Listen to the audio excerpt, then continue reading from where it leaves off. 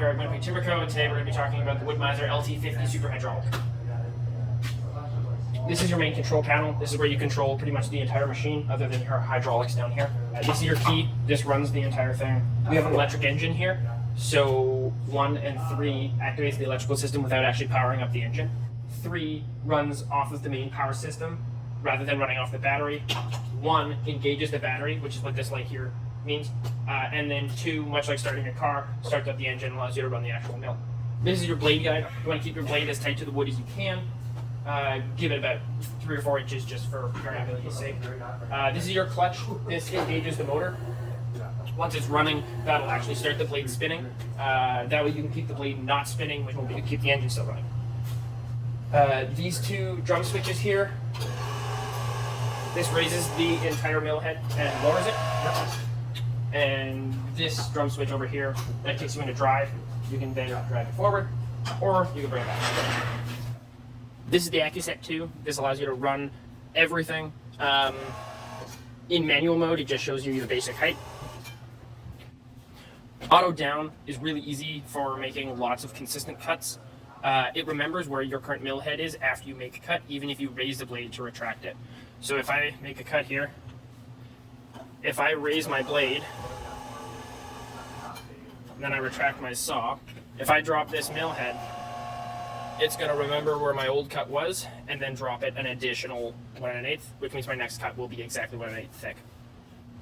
Auto up does much the same thing, but it goes up instead of down. Pattern mode allows you to make a lot of really precise cuts of different thicknesses without having to reset your auto down every time. It also ensures that you'll make exactly what you want out of your logs.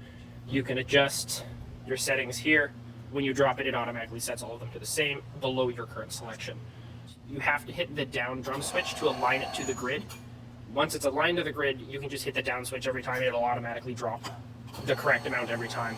Once I've got my height set, I'm going to engage my pattern mode. I'm going to hit the down switch to align it to the first cut. I'm going to make my cut. It cuts the top off of this board. So I'm making the top cut for my 1 1/2. It's going to drop another 1 1/2 inches. The next cut, it's going to drop 2 inches, 2 inches, so on and so forth. These are your hydraulic controls. These 2 control your clamp, in, out, up and down. These control your hydraulic dogs, because once those are all up, it controls your rotator. Left, right. These are for your toe boards. You can use those to level out your log. And then the final one's for your log loader. And I'm going to be straightening this cant, which is dry but warped in the kiln. So I'm just going to take a 1/2 inch off at each side to make sure it's nice and straight. First things first, I'm going to use this lever right here, which raises the log rotator, but also raises my hydraulic dogs. Anytime you want to load anything, always raise your hydraulic dogs so that it can't fall off the other side, because that's a giant pain in the ass to deal with. I'm just going to raise the cant onto the bed.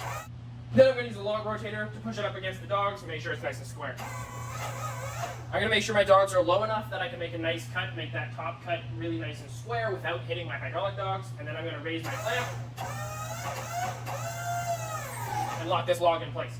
So I'm just going to take off about a 1/2 inch and see if that straightens it out. If it does, I'll rotate the entire cant so that this flat face that I just cut will rest against the inside of the hydraulic dogs, which will make sure that my next cut is exactly 90 degrees. Once I do that, I'm going to take another 1/2 inch off this side, rotate it 90 degrees again, and that means I'll have 2 cut faces against the bed and the dogs.